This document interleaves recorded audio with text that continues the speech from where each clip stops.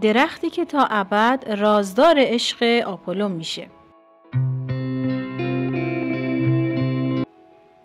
دافنه با پذیرش این سخن که در عین حال هیچ عاشق انسانی را نمیخواست. پدر دافنه که پنتئوس نام داشت و خدای رودخانه بود تلاش زیادی کرد، زیرا دخترش تمامی جوانان شایسته ای را که به او اظهار عشق کرده بودند رد کرده بود. پنتئوس دخترش را نرم خویانه و با لحنی ملایم سرزنش می کرد و گلایه کنان به او می گفت دخترم آیا من نباید نوه داشته باشم؟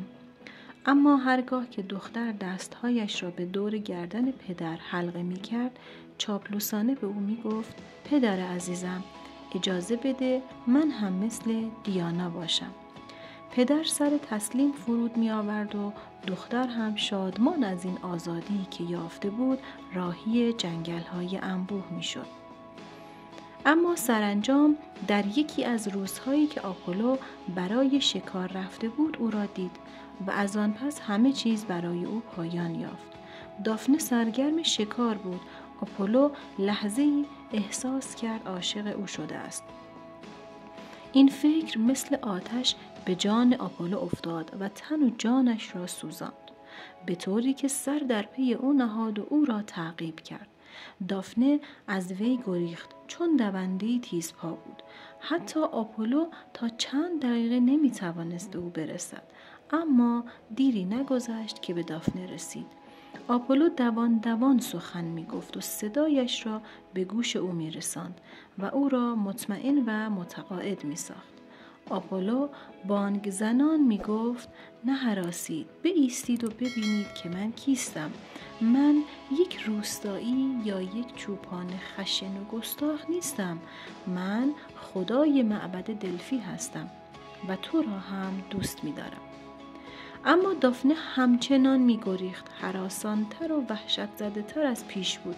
هرگاه آپولو او را دنبال می کرد اوضاع بحرانی می شد، زیرا دافنه تصمیم گرفته بود تا پایان ایستادگی کند. این پایان فرا رسید. سرانجام دافنه احساس کرد از نفس افتاده است. درختان برایش راه گشودند و او توانست رودخانه خاص پدرش را پیدا کند. دافنه فریاد زنان پدر را به یاری خواست و گفت کمک کن پدر، کمک کن. چون این سخن را بگفت کرختی و سستی شگفت انگیزی بر او چیره شد و احساس کرد که پاهایش به زمین میخکوب شده است. پوستی مانند پوست درخت او را در بر گرفت. برگهای زیادی او را احاطه کردند. او به یک درخت غار تبدیل شده بود. آپولو شگفت زده و دردمند به دیدن این دگرگونی هراس انگیز ایستاد. وی ناله کنان و سوگوار گفت ای زیباترین دوشیزگان، تو را از دست دادم، اما لااقل تو درخت من خواهی بود. پهلوانان مورد علاقه من پیشانیشان را با برگهای تو پاک می کنند و تو در تمامی پیروزی های من شریک خواهی بود. آپولو و درخت غارش هر جا که آواز بخوانند و داستان سرایی کنند به هم پیوند خواهند یافت.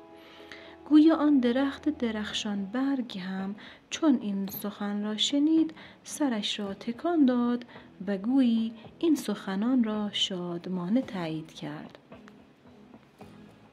دوستان عزیزم، اگر از این داستان خوشتون اومده حتما کانال من رو سابسکرایب کنید و خیلی خوشحال میشم که نظر خودتون رو هم توی کامنت برام بنویسید. ممنونم.